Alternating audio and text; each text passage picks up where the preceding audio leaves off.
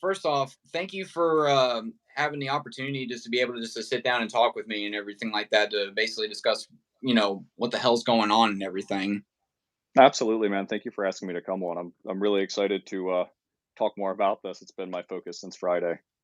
Most definitely. So, okay, so I guess I'll just start off with what exactly is going on from your understanding.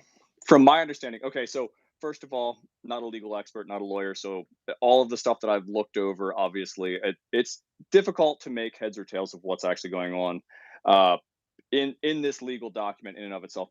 Before we released the live video on Friday, we actually had there was legal counsel before going forward. I actually had the blessing from some higher ups in the industry before I even did that because I sent out a few emails. I'm like, should I do this? Like, because it it could have been dangerous, but let's talk about a little bit of like what's going on from my Mhm. understanding essentially, and I've got some notes down here to keep myself on track, but um regulation of non-powder firearms and just those type of consumable goods are the I'm going to stumble through this and I apologize like I Oh said. no, dude, trust me. um We're all fumbling through this since we were, this came out of nowhere on such a short notice.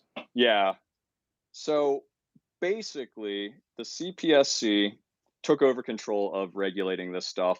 And per their guidelines, which I'm actually looking over right now just one more time, um, they essentially want a GCC, which is a certification of that the devices are inspected to. I'm honestly not sure. Like it's unclear. Everything that's in this document is unclear. I've been getting a ton of questions about this, and I'm like, I honestly don't know because the ASTM standards that people have been referencing, and I actually got a few messages today, are from last year and early in the year, and the ASTM standards have actually updated twice since the beginning of the year. So it's really hard to say like what they're looking for. So essentially, what's going to happen with airsoft guns in general is um, let me just go here and I don't want to get this wrong. No, you're again, dude. You're totally fine. Hey, what's going on, Bam Bam? I see you in the comments. Okay, so the CPSC essentially wants a committee and a third party lab to test and certify the guns and issue the GCC. Once they issue the GCC to that product, it's cleared and it can move on to consumers, i.e., us.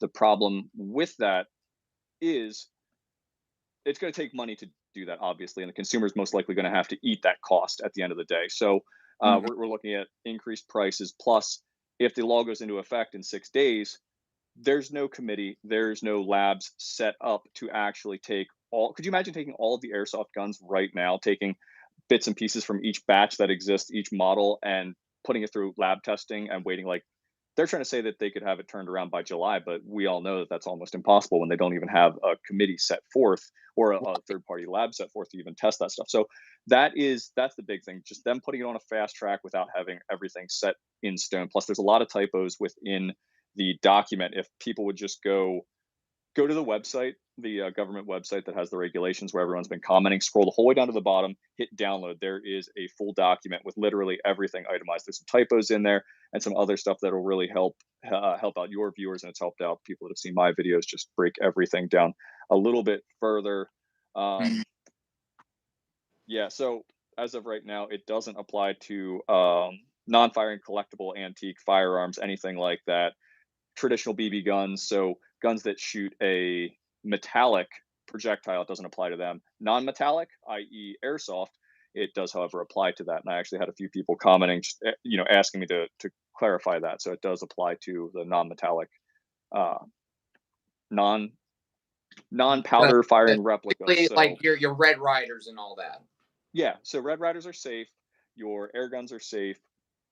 Airsoft, however, does fall into that category. So it's anything that looks has the appearance of shape or configured to look like a firearm, basically. Well, my whole thing is that there are some, like, I know, like Umarex, for example, or they distribute like metal BB guns to look like locks. So Yeah, where they're does that safe. They're end? safe right now. As of right now, That as doesn't make per any sense then. I know, but it's a metallic. It is a traditional BB gun, so it would fall under that category. I mean, if you look at the document, like it's on. if you go to the government website, it's all right there in the first couple paragraphs. So you can look at that. So that stuff's going to be exempt. Your what's up, Warwolf? Hey, werewolf. Uh, um, yeah, so all that stuff, paintball guns, pellet firing, air rifles, all that kind of stuff is going to be exempt from that for right now. For the time being, we've read through this a couple of times. Obviously, not legal advice, not lawyers by any stretch of the Right. imagination. It's just some guy I got playing airsoft. to say that as well. So, hmm yeah, just it's super vague for one. The fact the big thing I think the big takeaway that everyone needs to have from all of this is like one, airsoft isn't going away. Like airsoft isn't there's regulatory issues with this, and it's going to affect the end consumer. It's going to affect manufacturers. Absolutely, airsoft isn't going away. It's not getting banned or anything like that. They're not going to come to your house and they're not going to kick in your door and take your airsoft guns. However, right now, without having, if this passes and you don't have the GCC, so you don't have that certification, then you could be in trouble. So there could be some issues there with transporting, modifying, anything like that with the whole GCC thing. So we need to pump the brakes with the CPSC from Mhm. pushing this through and just figure some stuff out, I guess, is the main takeaway. Gotcha. So this is mainly going to really just truly affect like with just the manufacturer side, which is still going to affect us at the end of the day. But hmm this is mainly for the manufacturer and distributors. Right. Yeah, it's Got going to affect them and the mod shop. So some of the guys that are doing mods and stuff like that, if you're completely rebuilding a gun, front to back, there could be some issues with doing that as well. oh shit. Because there was mention of like modifying and stuff like that. So the CPSC obviously wants you to have that GCC um, certification. So I don't know. It's so open ended. Like you read this, we've gone through this time and time again, and it just bounces around. I think one of the important things to look at in the document, so you scroll down to the bottom of the page, hit that Mhm. download, and I've got it somewhere in my notes here to go look at. I believe it was section G. Right. Covers a lot of the stuff with the GCC. So the certification, go look at section G on that, and it really summarizes what is expected. Mhm. But like I said, it's not the end of airsoft, and I know it was getting viewed that way. It's just Yeah. this is a go ahead. I think because I saw it was like it was right after your video or your live stream, and then I think I saw call sign Lance made like the end of airsoft, and I was just like, whoa, hold on, I haven't had time. Like again, I was focusing on my wedding, so Right. all this was just taking part during all this, so I haven't had any time to really just dive in to figuring out what was going on. So immediately hmm just thinking, I'm like, well, I need to call Pew real quick. I need to figure out exactly what's going on. So I mean, again, thank you again for just on such short notice for just hopping in here to clarify everything, so that way Oh I have yeah. a better understanding of this, and so that way the my audience and of course the community can have a better understanding for this as well. Which I've seen that the video is even blown up and everything. Like I saw like Dutch the Hooligan. Saw Evite Mac decided to really just put this up in proportion. And before we went live, I don't know if you want to talk about this, but you said you had some much bigger people that took notice of this. Yeah, Grantham, Brandon Herrera, everybody's seen it. So it's like it's gone outside of the airsoft. I mean, it's definitely shaken everyone. It's definitely it's kind of cool what happened in a way. Like it brought communities outside together. The airgun industry, a lot of people in the airgun industry, some bigger names, Up North Air Gunner. There's a few podcasts that started sharing the information. It really started going in multi-directional. Like it was wild what was going on or what is going on as we speak. So Hmm. um, yeah, it's gotten a lot of attention outside of just airsoft alone. But this potentially down the road, because of how broad the verbiage is in all of the documents, this could affect other industries. Obviously, uh, gel blasters kind of fall into this category because there are some realistic looking gel blasters out there. So those people have obviously they're in the crosshairs. It doesn't come out and state that, but it is a look-alike firearm, so it kind of paints that broad stroke. So there's types of Nerf guns and stuff like that too that are also in jeopardy or could be looked at for regulation. So it's not just airsoft. Right. And bam, I do agree that I don't understand why the comments are stuck at like 721.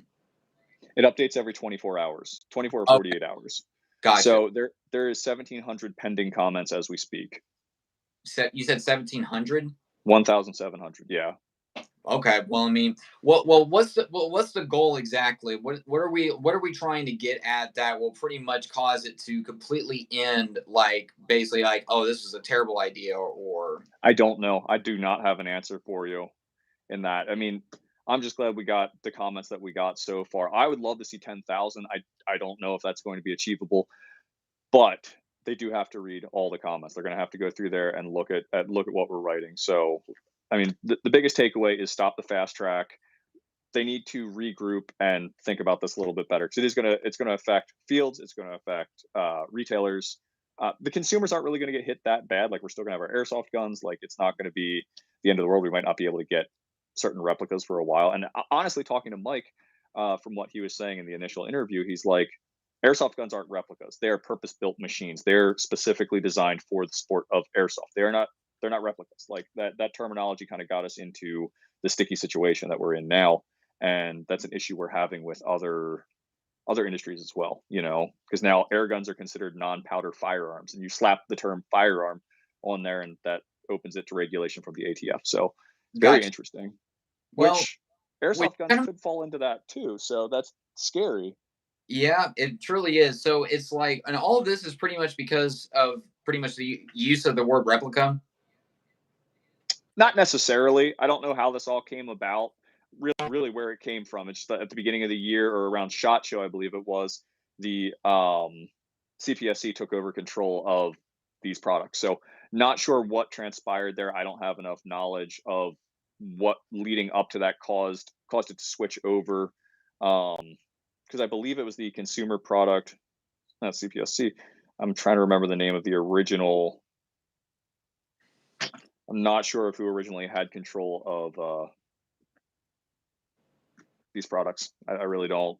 Yeah, I get that. I mean, yeah, because I remember having a conversation because I remember once we were started like once Instagram started blacklisting all of the Instagram accounts Hmm. that we were trying to avoid the word like I was talking with Kicking Mustang, and he was and he was mentioning about like whenever I wanted to do reviews or whatnot to pretty much veer away from the word replica because apparently YouTube has issues like has some trigger words or whatnot. Uh, Hmm. Pretty good insights on like how YouTube kind of runs things and how it's very sticky. Like gameplays are easily monetizable, but like when it comes to reviews, that's pretty much you're going to be taking a hit on that. Right. So Absolutely. and so I think like he said, like words like replica, suppressors, and anything among the sense or whatnot. Just so it makes me think is like I always consider airsoft being silly as hell. Like I will Hmm. always say that it's in, and I love this community. I love the sport, the hobby, whatever people want to call it. Makes me want to think: are we going to have to come up with maybe like a new terminology for like the term like airsoft guns or airsoft replicas? Maybe come up with something like a whole new idea where it's not so I guess touchy so that way it saves us but it still doesn't feel like we're being too stupid, I guess, you know what I mean? Right. I mean, it's a double-edged sword because airsoft gun is what it is. It's a gun designed for airsoft, purpose-built device for Right. airsoft. It it is a replica, but that kind of got us into kind of a weird legal sticky situation too. And then using the slapping gun at the end of airsoft with the algorithm and stuff on YouTube and Instagram and stuff like that kind of throttles everybody and chat gets people shadow banned. So it's a double edged sword. I don't know. I do not have an answer for that one. Right. That's a really I think good I could question get though. plaster, but then again it's like then that's kind of like copying like with gel balls and Right. we're not trying to steal anybody's thunder but it's like what all can we do but you're right it is a double-edged sword. Absolutely. It absolutely is. Um, yeah, I don't know as of right now. I really don't. But that's definitely food for thought. Just looking at where the heck was that? I mean, their terminology basically covers everything. Like you can't even escape it. Hmm. So, all right. So, to the people who, I guess, we only have like only a few days to until this actually passes. So, Yeah, 6 days. pretty much the only way to really do it is by pretty much commenting and for this thing to pretty much disagree with it. Right. That's all we can do. So Um, how did well I don't know if I already asked you this, but how did this come about? Like where did this all come from? Like or how did you obtain with this information? so I low key work as the communications director for the Airgun Sporting Association. So the ASA, it is mentioned in my original interview. I, Mhm. I work as the well, my wife and I both work as the communications directors. It's kind of a shared role. I work full time, so she kind of fills in those gaps. She does a great job. So Gotcha. we've got our finger on the pulse, and there has been stuff going on now for probably 2 years that I was kind of familiar with, that behind the scenes stuff like this was happening nonstop, and it was just back and forth, but nothing really came of it. And then this blindsided everybody. Like, this came out of absolutely nowhere. I ended up seeing a few emails back and forth on, it was Friday morning, a few emails going back and forth, and it didn't say anything in there about airsoft, so I didn't think anything of it until Mike Lucas sent an email, and it, like, bold letters, was like airsoft, and I'm just like, I jumped in the email chain, and I was like, oh my gosh, started reading it, saw what was going on, and I reached out to Michael. I was like, hey, do you want to go live? I mean, and this is before I had approval from the board. I was like, I just basically, he extended an olive branch to the industry and was like, "Hey, do you have any influencers that would be interested in talking about this?" And, like, no one in there really knew that I was an influencer for airsoft, so it was just kind of like, I'm shooter media outlet, like I'm just a media company who manages social media accounts. So no one really thought anything of it. So I reached out to him. I was like, "Hey, I'd love to do it Friday. What time? 7 o'clock. Let's just do it." So I double back and I'm like, I need to verify that this is okay and that he's like, I don't know who the guy is. So I reach out to my contacts and the president of the ASA. I'm like, should I do this for one? And am I good to go for this? So I got approval to do all of that stuff. It does have legal backing. Like, this wasn't a shoot from the hip kind of thing. Like, we weren't just, um, like I said, I didn't know anything about it. I had absolutely no idea, and this just fell into my lap. And I was like, all right, we got to blow the whistle on this. So Mm. I Yeah. didn't I didn't Yeah, see it coming at all. like out of nowhere. Yeah. I mean, we pretty much just got blindsided. So, Can but can I just add that they honestly told Michael when he reached out to his contact that they didn't even have to open this up for a comment period, that they were just going to YOLO it and just send it right through. really Yeah. that that was yeah, that's I don't even know how to say that. Like that's pretty scary that something like this can just and this could have been completely like under the radar for a certain amount of Hmm. until we say something else about it. So, you know, knock on wood that we hopefully get all this thing taken care of or whatnot. So moving forward, if we're successfully able to get rid of this fast track, Hmm. what's going to be like next? Like, are we going to be a little bit more cautious with a lot of this stuff, or like what do you think would be probably like the next best thing to do? I think we need a group that's legit keeping their ear or finger on the pulse, like honestly keeping their finger on the pulse and paying attention to what's going on with these regulators. Because right now, airsoft doesn't really have any champions or anyone other than Michael. He's doing a great job of it, but Mhm. how does he get the information out to us, the actual community, the end users? So I really think, one, we need a group of people who are kind of communicating, because, like, I did have to do a little bit of educating on Friday, just letting people know that, hey, it's not just a kids game. Like, we're grown adults out playing in, like, abandoned prisons and all kinds of military bases and stuff like that. And we've trained against, like, law enforcement and military agencies and stuff like that. So it's much bigger than just a child's game. So that was one thing. I think educating people. I think we need to keep our finger on the pulse. So maybe have a group of people who are paying attention. Just maybe a small organization, something like that, who's constantly monitoring this kind of stuff. I obviously have a finger on the pulse, so I am keeping track of everything that is going on. Um, but I'm only one dude, and it's plus I'm not working in the airsoft industry. I don't work full time. I work in the airgun industry, so Mhm. I can obviously. do videos like this and let people know what's going on, but it's up to the community to take it and run with it, you know? Right. Um, I'm trying to think what else. So stopping the fast track, obviously we want to do that. We definitely want to just stop the fast track, and then that's going to open up dialogue. I'm hoping between Mr. Lucas and just I don't know the CPSC, and then they can have a dialogue back and forth and kind of iron things out, and hopefully the industry can also step in and put their input in, and I don't know because essentially what something's going to happen. Like there is going to be regulation that something is going to pass. It's just will we have input?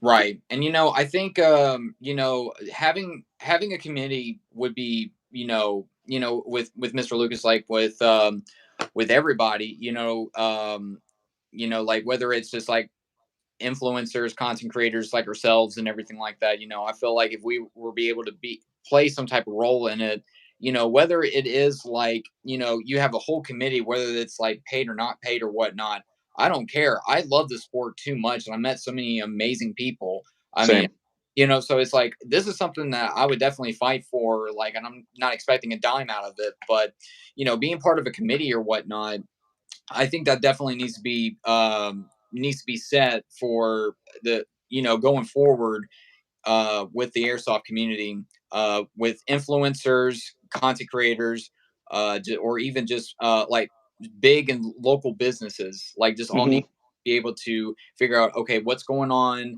what's how can we fight this, or what are some new things that are in to come up and everything like that. So having like an airsoft champions would be, I think that would be an amazing idea. It would it would save and protect the community in and of itself. Like if it wasn't for the ASA and base because that's essentially what the ASA is. It's a nonprofit that is made up of all the major companies like Umarex and Air Force FX. All of those companies make up and Gamo make up the ASA, and there's a president on the board, and there's a board of directors, all that kind of stuff, and then digital, content manager, whatever you want to call me.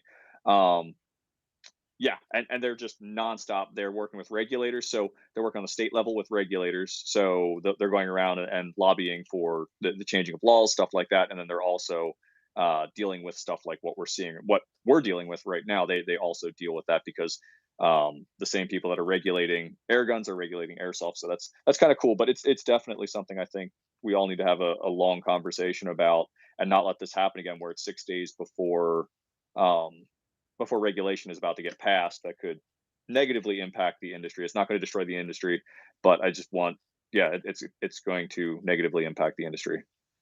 Oh, So or so yeah, but I know you got to get going and everything like that. But I felt like we did cover up some real major stuff, like as far as like what exactly is going on, what are the consequences of what we could possibly see if this goes through, mhm. possibly some ideas and maybe a potentially a foundation for a possible airsoft committee for like for all of us, so that Yeah, way be able to keep in track with all this, and then also the people watching or people who are within this 5 days or whatever we have left or whatnot. After the live stream, I'll put all the description of where you can go and just respectfully disagree with this new legislation. So is there any other final comments that you want to put up on there, or anything that you want to add before I go ahead and let you go, bud? uh final comments. Just as a community, we need to stay strong together. Don't rush to any conclusions. Don't spread any seeds of dissent. We all need to stay focused. At the end of the day, even if this like is barely going to affect the industry, we still need to do our part and leave the comment. Like if nothing happens and you left a comment, the community wins. But if you leave a comment and we win, the community wins. You don't lose anything for going and leaving a comment. I've seen so many people like, nah, I'm not going to do it. It's not going to do anything. It it doesn't matter. It doesn't matter if it's not going to do anything. You should just do your part. You potentially could save the sport. Exactly, because So before I even knew exactly what was going on, I'm just like, if this is going to affect my community, best believe I'm going to go ahead and jump right into it. But mhm. at least make sure I knew exactly what the hell was going on, so that way I could just be able to, shine light on all this and everything, and be able to bring light to my audience, your audience, and the whole community. Screw the audience. Yeah, This is for the community. It is, absolutely. And like I said, I apologize for stumbling through some of the legal jargon like in the beginning of the video because I mean it is so confusing. I have stared at this until my eyes rolled back in my head and I passed out. Like that's a joke, but still like it's ridiculous. If you look at the document, it's absolutely ridiculous and I totally understand. But just summarizing everything for the community, they want to basically do a certification for the replicas from what they're calling it, and that will kick back, release dates. It will increase prices. I mean, it's negatively going to impact the industry. So Oh, something like this, gotcha. not gonna Okay. not gonna Well, destroy it, but it's not going to destroy it, but it's going to definitely do some harm to it. And I mean, it could spiral down into something that we don't want to go to. But like, but still, being able to help out and just the fact that we're able to catch this, even if it was like such like last minute, but the fact that we were able to catch it, that's still a win for us. And now we can be able to. right. Right, exactly, and reach out. Let's open a dialogue with some other people in the industry and work on some sort of champions, some sort of group, lobbyist group if we can. I think it'd be a great idea. Yeah, maybe we can. I'll hop into your Discord a little bit more. Maybe we can kind of come up with like an idea or whatnot of like an actual champions and figure we can work something out with that. Yeah, because obviously we've got some contacts in the industry, and I know you've got contacts in the industry, plus outside of the industry and stuff like that. So we could Mhm. definitely do some. We could definitely do some good, and I think it would be the most beneficial thing for the entire community would be a group of people with their fingers on the pulse, so this doesn't happen again. Most definitely. All right, Pew. Again, thank you for coming in like such last minute and all that. I just wanted just to help you out in any way I can. And anything I can do, just you got my number, you got me on Instagram. Just shoot a Yep. message. I got you, bro. Absolutely. Thank you so much. Congratulations to both of you. I'm so happy for you. Please come up to Pennsylvania and play with us sometime. I would love to host you. Pennsylvania. Okay. Let's go. All right. See you, everybody. Later, guys.